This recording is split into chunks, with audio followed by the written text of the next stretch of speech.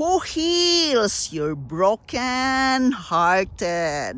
Hello, friends. This is Shuntel. This is just a share, a reminder to each and every one of us that there is someone who can heal our broken-hearted when you believe in God.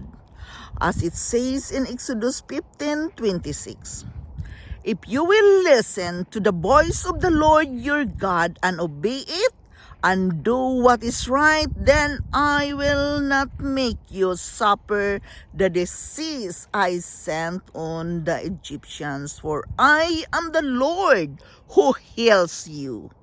The Lord who heals you will heal your broken heart as well. Most of us believe God can heal and bless us. We don't doubt that He has the power.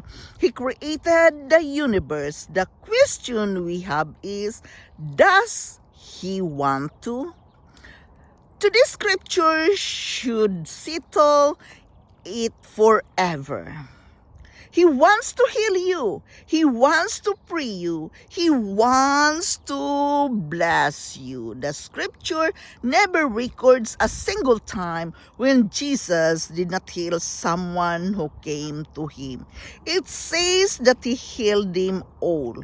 But you may have been taught that the day of miracles is long over. That what happened back in Jesus' time and the apostles' day can't happen today.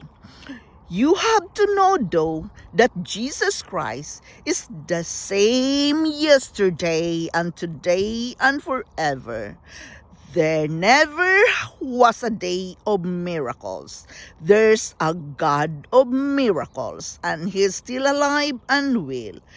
You have to make the switch from God if it's your will to God. I know it is your will to heal me. I know it is your will to me to be free. I know it is your will to bless me. Pray from a place of faith. When you have faith in God, pray without ceasing. Pray all the pain. Empty your pain to the Lord. He will heal your broken hearted. He can still do